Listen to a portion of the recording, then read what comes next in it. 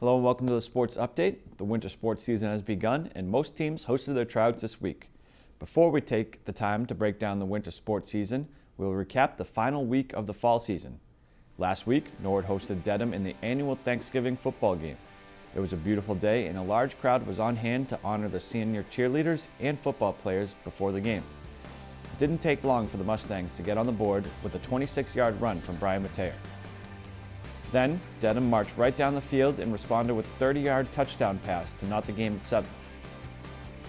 The first play of the ensuing drive for the Mustang offense, Brian Mateer took one to the house, this time a 60-yard touchdown run. That put the Mustangs up 14-7, and they never looked back from there. Mateer scored twice more in the first half to up his total to 4 and put the Mustangs up 27-14. The second half was much of the same for the Mustangs, but the only difference was the other half of the dynamic duo at running back, Subodh DeCall, punched one in for a short touchdown run. Both running backs gained enough yards during the game to put them over the 1,000-yard mark for the season. This was the first time the Mustangs have had two 1,000-yard rushers in one season since the early 2000s. Dedham scored two late touchdowns and the game ended 42-29 to earn the Mustangs their 50th Thanksgiving win. We were able to catch up with Coach Lopes after the game. Yeah, we came out, we thought we were going to be able to run the ball, and we came out and leaned on them a little bit. Brian and Sub both capped 1,000 yards on the season. We knew coming in that Brian had a pretty good shot at it.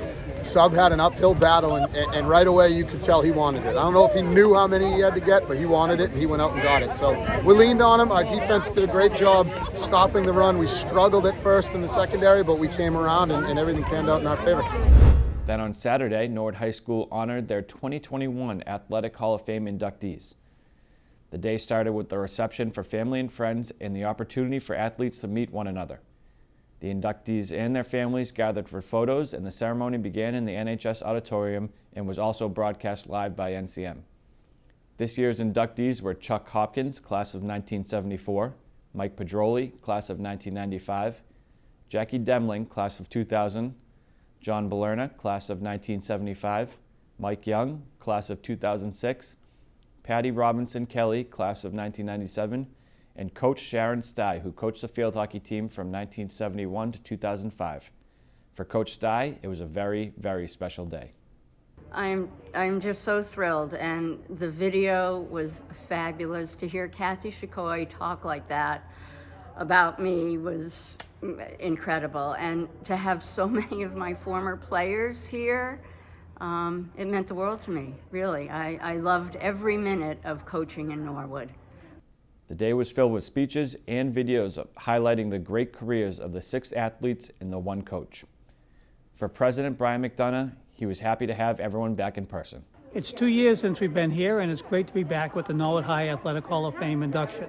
This class has waited there 2 years, and it's so nice to see them be honored today. It's a special group of athletes, and Coach Stye, we want to congratulate them all.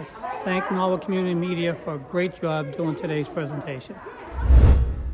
Congrats again to these athletes on an honor well deserved.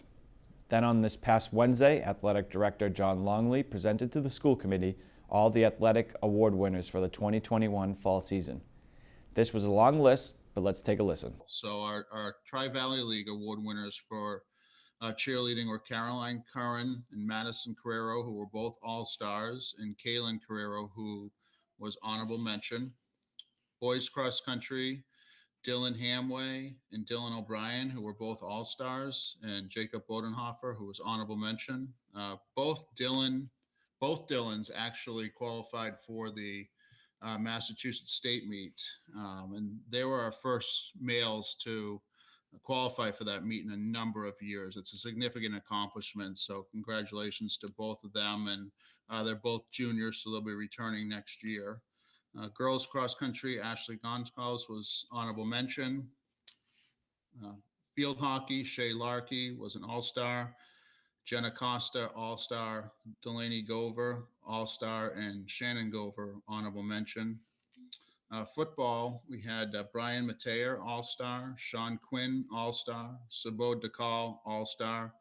Joey Steves, all-star. Igor Reese, all-star. Matt Alves, all-star. Brandon Francis, All-Star, Matt Mahoney, All-Star, and Justin Scahill, All-Star. Casey Sheehan was an honorable mention. In golf, Aaron Sullivan was an All-Star. Ethan Barrows, All-Star, and Sean Dittmeyer and Brian Conley were honorable mention. Boys soccer, Chris Giovanni was an All-Star, and Celestin Diaz was an honorable mention. Girls soccer, Cecilia Venditti was an All-Star, and Trisha Lukowski was honorable mention. Girls volleyball, Elizabeth Hinkston was honorable mention, and Katie Mullen, All-Star. And then we started unified basketball this year. So that was a great success. Guidance counselor and boys basketball head coach Krista McDonald took on the responsibilities of head coach. She also had some help from Cindy Durain, and they had a very successful first season. And so we've listed Francisco Sertor and Eve Andros and Donovan Cahill. Those were their individual team awards. Well, that does it for the 2021 fall season, and now winter is upon us. Next week, we'll break down the broadcast schedules for the month of December. That's all for sports this week. Make sure to follow us on social media for any updates. Kristen, back to you.